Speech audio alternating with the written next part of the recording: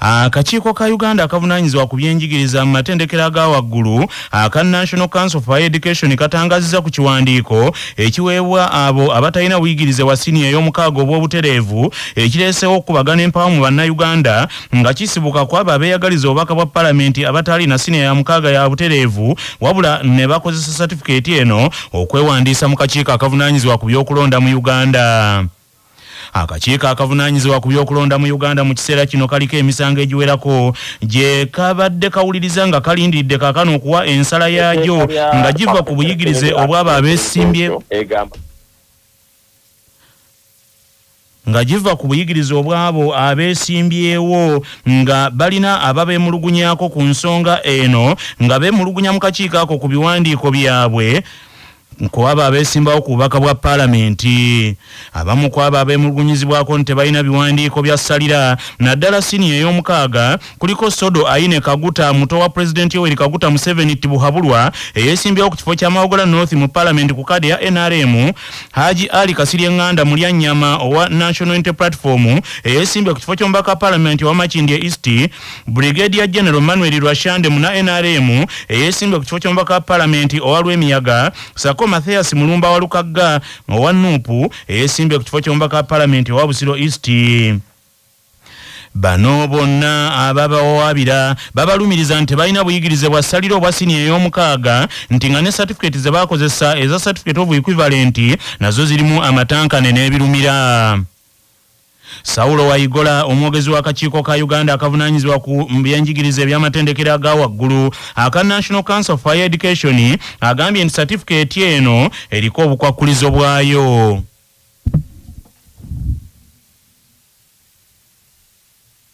Kanya Parliamentary Act ne Presidential egamba nti omuntu eyesimbawo nga talina buyigirize bwa siniya mukaaga obuli direct alina okufuna gye bayita certificate of equivalence okuva mu National Council for Education. Eyo egeraageranya ebiwandiiko ebiwasoma emabega okulaba byenkanankana oba otuuka n'omuntu aba yeesimbyewo ku kifo ng'obuyigirize kye bugamba. Tulina abantu abaasoma buyigirize nga bagenda bongerako naye nga bwogeraageranya ddala eryo omuntu aba yeesimbyewo. Omuteeko ogwokubiri bwe bakola kye tuyita mature age. Mature age be bantu abagenda n'otuula ebibuuzo nti mu Uganda tulina universities 5 zokka ezaweebwa olukusa okutuuza mature age. Omuli Makerere, omuli Mbarara, omuli IUIU Mbale, omuli Bugema ne Gulu. Bw'otuula mature age ku university eyo n'obiyita ebiwandiiko certificate gy'oba ofunyeeyo ekusobozesa okugenda kwegeta ku ttendekero erya waggulu okola diploma oba degree oba ekusobozesa okwesimbawo. Saulo Wayigola agambye ni certificate y'emu eyo eriko ekkomo era byaddala eggwako. Baluwa eyo kyeriko nti eriko ekkomo nti eggwako mu myaka 2. Nti singa bagikuwa emyaka 2 ne giggwako nga teweegase ku ttendekero lyonna eba tekyakola. Emyaka 2 okuva ku lunaku lwe bagikuwa. Sebiri gye bagiweddeko eba tekyakola. Naye singa eba nga wagikozesa okwegatta oba ku ttendekero ate eba ebikirizibwa nti gye bakozesa okuyingira ettendekero. Naye ku nkomerero tubala ekyo kye wajja mu ttendekero nti bwe wagifuna n'ogenda mu ttendekero wasoma ki, nakola diploma oba nakola degree, gamba okay degree ye ntuufu kubanga n'ebiwandiiko byakozesa byali bituufu mu kiseera ekyo. Emyaka 2 bwe gigwako nga teweegase ku ttendekero tofunye qualification yonna eba tekkirizibwa. Bibadde bikyali bityo bo bannabyabufuzi abeesimbyewo ku bifo by'obubaka bwa palamenti okuva mu bitundu bya Uganda ebyenjawulo ne bakaaba twawanga ntulege olw'ebipande byabwe bye bagamba ebiyuzibwa. Haji Muhammad Katerege yeesimbyewo ku kifo ky'omubaka wa palamenti wa Bukomansimbi North agamba nti awaliriziddwa okuwandiikira akakiiko ak'ebyokulonda nga yeemulugunya ku banne be yeesimbyewo nabo abayuza nti ebipande bye.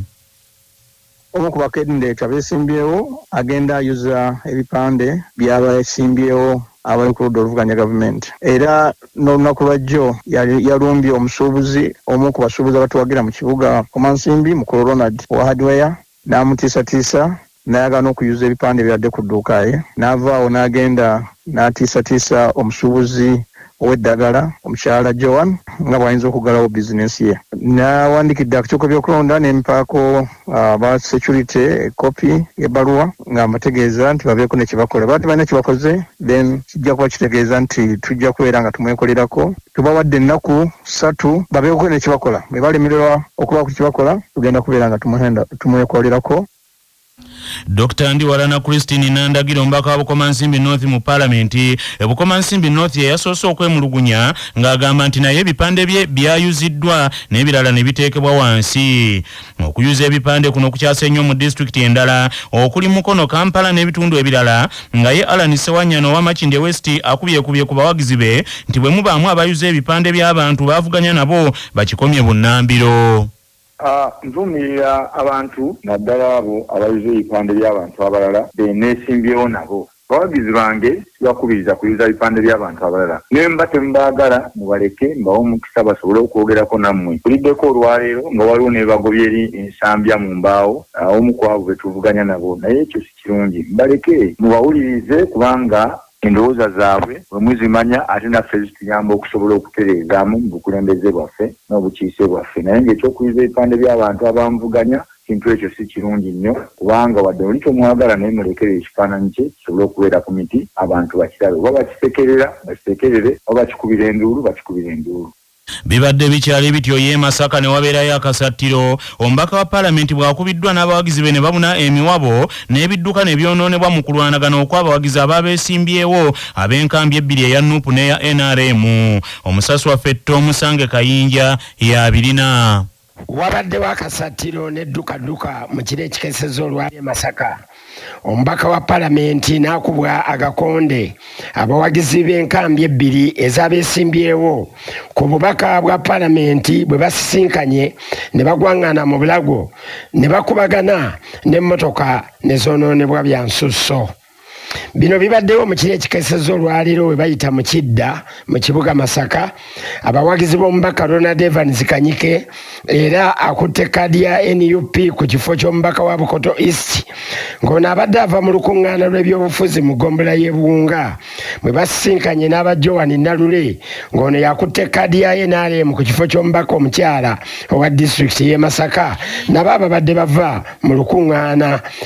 Era wano ab'omubaka Ronald Evans Kanyike ne bakiika mu kkubo emmotoka ebaddeko emizindaalo okuziyiza aba Joan Nalule okuyitawo. Era wano we wavudde akabasa nga n'ekiddiridde kubadde kulwanagana kwata wakati w'ebibinja byombi amayinja n'emiggo ne binyonka. Era emmotoka y'omubaka Kanyike ey'obuyonjo Toyota Land Cruiser UBK 665 Q neyonoonebwa, endabirwamu zaasiddwa ng'ate ya Joan Nalule nayo sayidi mira zonna zikunyuddwako.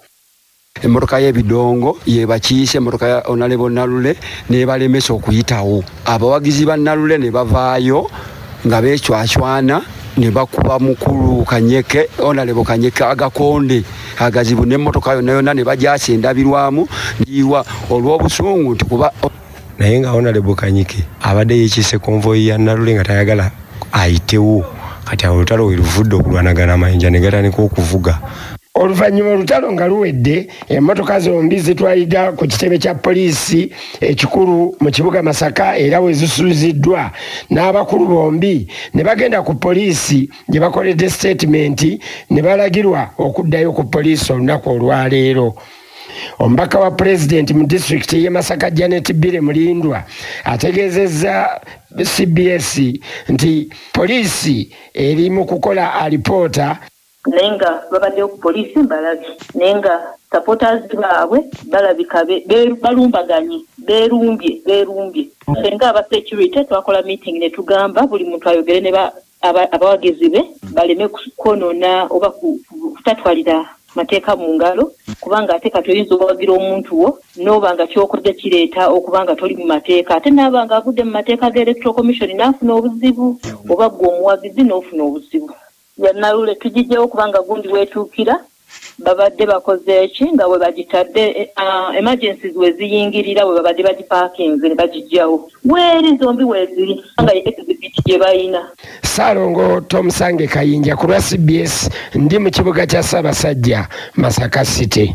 Bibadde bikyali bitone wajjawo okukubagana mu bawenja akalulu mu bitundu bya district MPG nga kino kiwaliriza omu ku bavuganya ku bifo by'obukulembeze okulangirira nti kampeyini zaziyimirizza. Yesimbyewo ku kifo kya nnyini ntebe w'eggombolola y'Ekiringente mu district MPG Mutyaba Yusuf ow'Ekaggaba ng'ali ku kaadi eya People's Front for Freedom ayimiriza kakuyege ng'alumiriza abakakiiko k'ebyokulonda MPG okuleetawo Kigoye Wezinge mu kakuyege waabwe. Akakiiko k'ebyokulonda MPG kawa Mutyaba Yusuf ow'Ekaggaba ennaku z'omwezi 10 Novemba okutuuka nga 15 Novemba akoleka kuyegewe mu byalo by'omuluka ogw'Ssekiwunga kyokka ate yeewuunyizza we yasanze muna NRM gwavuganya naye ku kifo kyekimu nga ne NRM omulala avuganya ku kifo ky'omubaka wa Paalamenti ng'ate bonna bali mu kitundu kyekimu ye gye yabadde alina okunoonya akalulu. Ensonga kwevudde nti bwe tuba tulina aboogezi baffe nga tugenda mu kitundu ekyennyini tugenda tutuuka nga abalonzi be bamu mulina okusaba ate mulina omubaka wa Paalamenti ate oba wakadda ku kyalo ekirala ate nga nakyo omubaka wa Paalamenti ali eyo ate n'oyo gwe weesimbye naye kati nekituleetera okutaataaganya konvoyi eyiyo bw'eba eva eno ng'etanga ey'abantu ate bwe bavaawo nti lwaki tusinkanye mu kirusa amakubo nsaba akakiiko katoke katereze road map demu tunoonye kubanga ababaka mwe bali naffe mwe tuli abantu be bamu badde mubatereze nze zimirize zange ngowa PFF okutuusa nga bamaze okutereza entambula z'ababaka ate nevo bakandideeti bannaffe. Kyokka laadiyo Kyabasa bwetuukiridde akulira ebyokulonda mu district MPG Evarist Twino Mujuni agambye nti ebyokukuubagana abadde tabimanyiiko kyokka n'asaba Mutyaba Yusuf ow'Ekaggaba nti asooka agende ku yafeesi y'akakiiko k'ebyokulonda MPG abibategeeze mu butongole.